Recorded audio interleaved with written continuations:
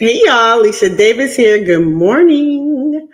And I want to talk to you guys about, Trump fired the CFP director over the weekend. So this was a weekend move. And in my industry, this is something that I work very close with. So I just wanted to talk to you guys about this a little bit so that you understand how this could or could not, you know, impact your life. So let's get into it.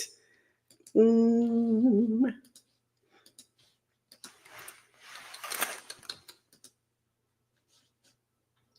So the CFPB I work closely with in the position that I hold, and I'm gonna make this a little bit bigger. So I just want you guys to understand kind of what this means and how it might affect you.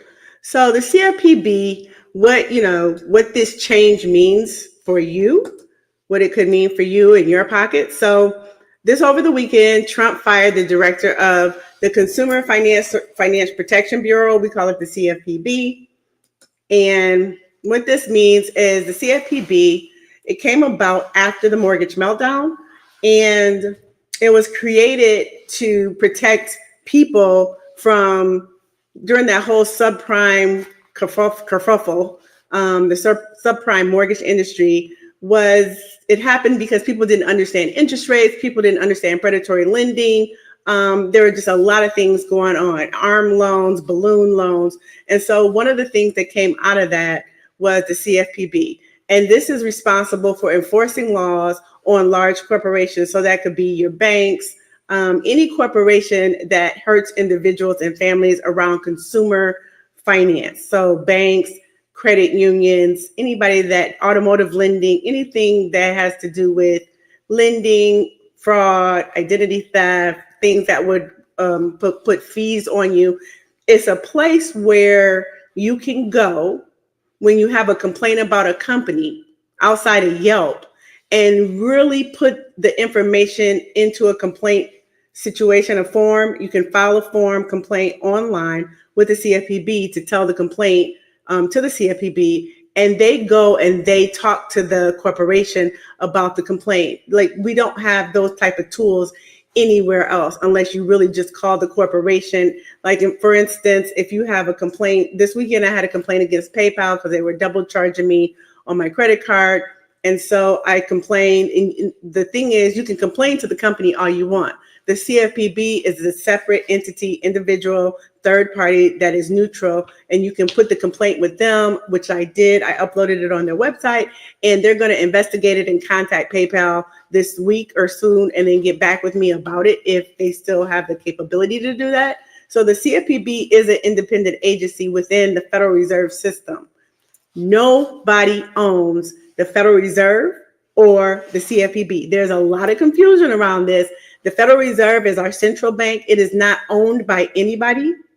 I think a lot of confusion comes from how it started, and it might have started from dollars from rich families maybe 200 years ago, but today, nobody owns the Federal Reserve. It is governed by the Board of Governors, which are governors from states that are assigned to regulate, to run the Federal Reserve. And the Federal Reserve has within it an agency that is like a safeguard for consumers called the CFPB. This is also not owned by anybody. These are independent agencies that report to Congress. So what are some of the things that CFPB watches over? So payday lending limits, right?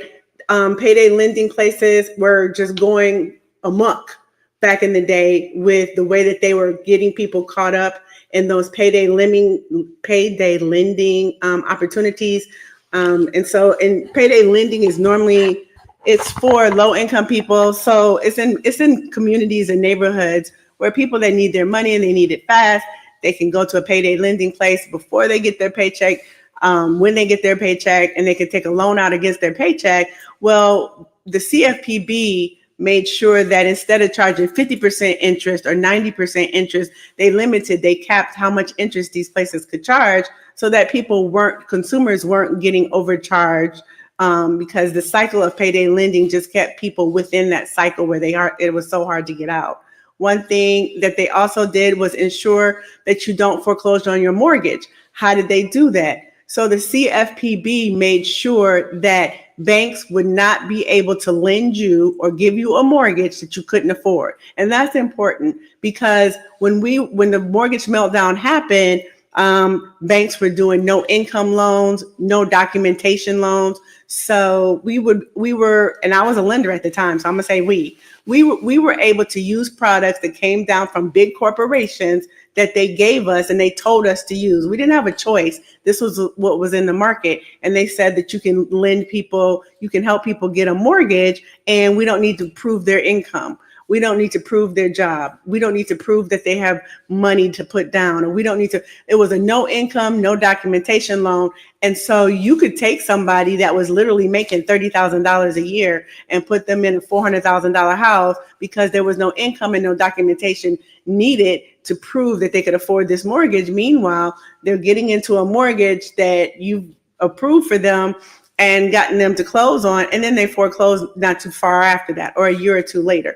Or you could get them into an ARM loan that they don't understand, and the interest rate would jump so far in the adjustable rate mortgage, that's an ARM loan, that they couldn't afford it. So the CFPB put rules out that said, hey, you cannot lend to people and not make sure that they can afford the mortgage. We want people to buy a house and stay in the house. We don't want people to buy a house, not understand the terms, and then foreclose. We don't want people to buy a house that they can't afford just because you can get them approved. So we're going to put some barriers around how lending is done so that you can't put people in loans anymore that will blow up in their face and then they lose their home.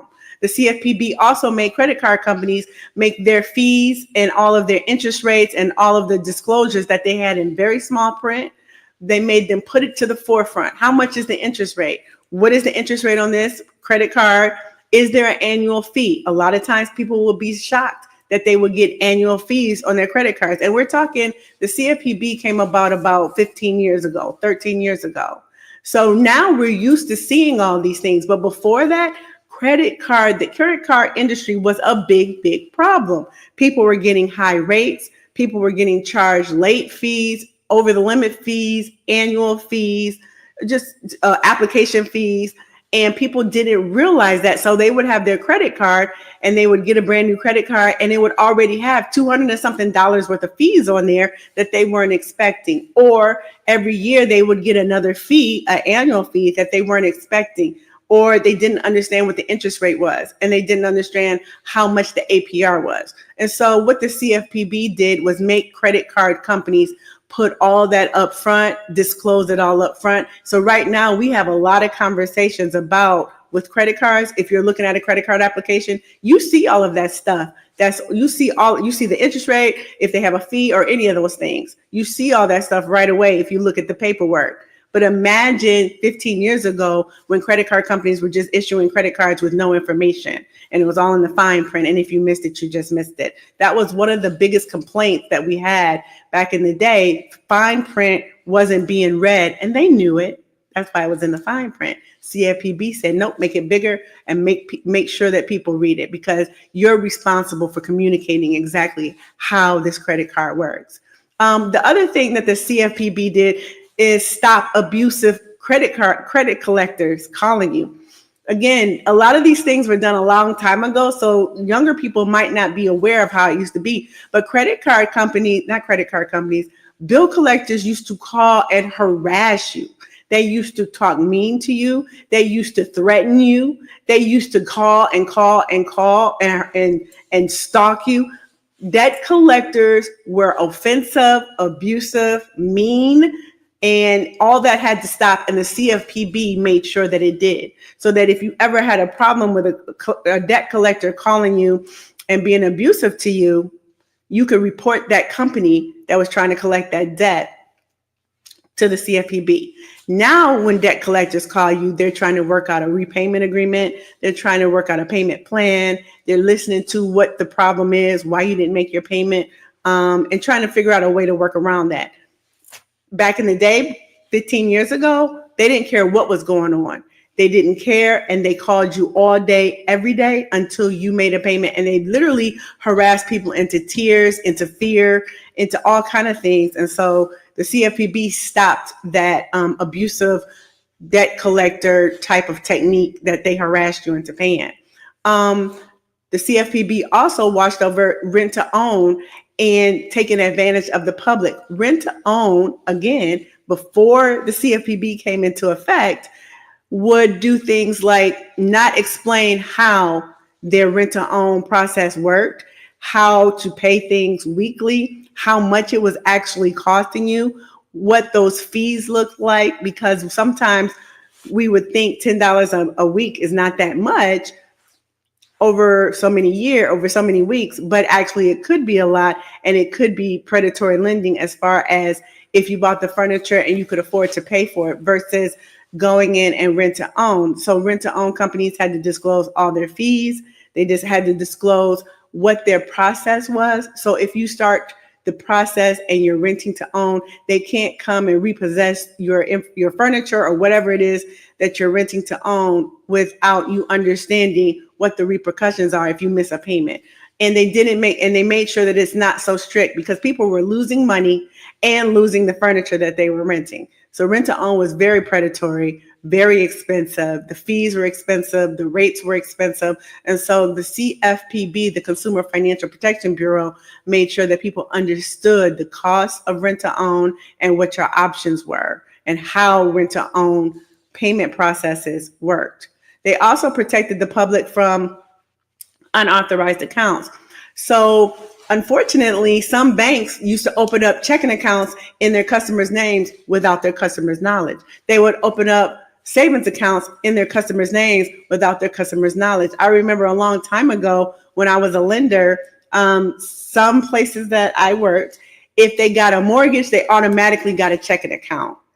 And they didn't know about it, or they don't remember us having to disclose it at the closing. Hey, we're going to automatically open you up a credit account, especially if they got a home equity line of credit.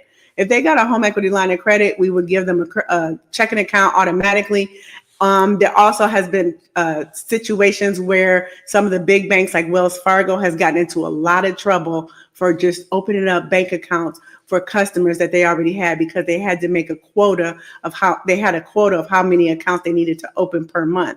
And so they were just opening accounts in customers' names, and customers didn't know that. The CFPB stopped that, and the CFP fined Wells Fargo millions of dollars for doing that, and helped out those consumers that had that fraud action against them. So the CFPB has been very helpful. They also enforce identity theft and fraud protection. Again, before the CFPB existed, we really didn't have any kind of way to protect ourselves against identity theft and fraud. And the other thing is, 15 years ago, technology wasn't as big as it is now. Digital banking, online banking, mobile banking. So now it is so important to have identity theft and fraud protection for you, for your bank accounts, your credit cards, and all of any kind of credit that you've taken out.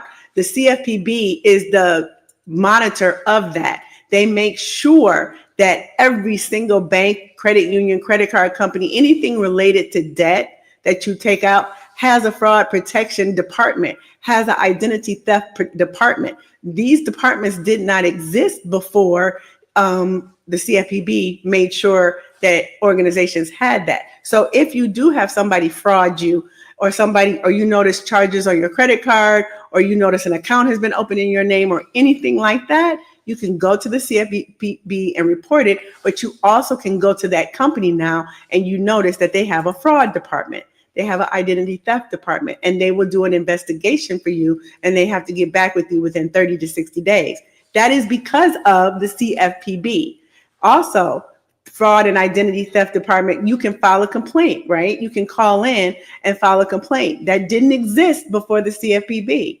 So the CFPB really protects consumers, and is a really instrumental regulatory agency within the government for consumers. And it came out after the subprime meltdown because of everything that happened during the subprime meltdown, and how people were taking out loans, given high interest rates and adjustable rate mortgages, balloon mortgages, on all those things.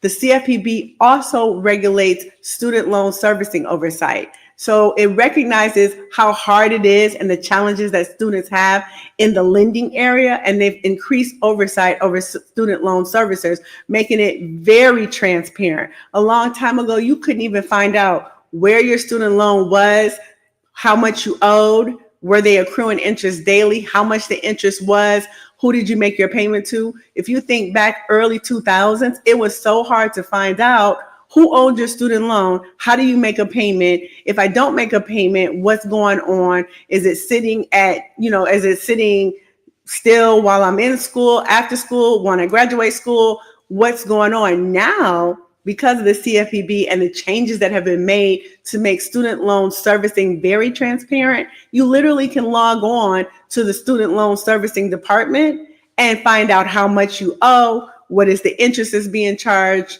how many more years you have, how much you've paid, all of the things. And that's what the CFPB monitors and has oversight of. And why it matters? Because long-term impact of student loans to borrowers and their financial health, this helps to make sure that you're building credit with your student loans. First of all, you're building good, positive credit. You understand all of your options. You understand if you put it in forbearance, or if you graduate and you get your student loan reduced to a payment that matches what your income is. All of the things that you need to know about your credit and these student loans is very transparent and easily accessible. And it helps you to build credit. It helps to protect the student that's just graduated. It helps to protect their credit profile. And it helps to make sure that you're not being overcharged because you missed something or you didn't understand something. So very important. The CFPB oversees that as well. The CFPB also, this is one of the texts that Elon Musk sent out is this after the president won? The people that are in charge right now just don't understand the regulatory agencies over the different in the financial industry, over the different departments for the financial industry. The CFPB did not exist before, and nobody was policing all of these financial entities for the consumer. The Consumer Financial Protection Bureau is for the consumer. And billionaires and millionaires do not understand how important that is for the consumer, because they don't borrow like consumers. They leverage money. They have investors. They make deals. The regular day-to-day person has to borrow money to go to school, has to borrow money to buy a car, has to borrow money to buy a house, gets credit cards to help them with their day-to-day functions, or groceries or gas and all those things. And there was nothing that protected the day-to-day consumer from all those entities that they were borrowing from for not being predatory. And this is why the Consumer Financial Protection Bureau came about, because of the predatory lending during the mortgage crisis in 2007, 8, 9, 10, right? And so Elon Musk doesn't understand that, because there is nothing out here like the CFPB, but he was very instrumental in voicing his opinion very loudly that the CFPB needs to go. So the CFPB also got rid of junk fees. Overdraft fees were going to be capped at $5. That law just was going into effect right now, but the Trump administration got rid of that. So now your overdraft fees are going to go back up to $30 and $40 or whatever they are. But the CFPB got it through Congress, got it approved to lower and cap all overdraft fees to $5. Not anymore. They also got all credit card late fees to be capped at $8. But the Trump administration said, nope, we're going to get rid of that too. So not anymore. So you're going to go back to late fees at $30, $25, $40, whatever they are, which is costing Americans upwards of $2,500 extra a year if you're late on your payment. And the other thing that the CFPB could protect you against is one day after the due date is not necessarily late. Right? Late means over 30 days late. You shouldn't be charged a late fee immediately after the due date if you can't make it on the due date. So the CFPB is there to help monitor that and help consumers identify that, and they will work with those companies to make sure that they're not being predatory about those kind of things, because sometimes people just can't make their payment on the due date. As long as it's not 30 days late, you shouldn't be penalized for that. And that's what the CFPB did. So we're not going to have overdraft fees capped at $5 now, and we're not going to have credit card late fees capped at $8.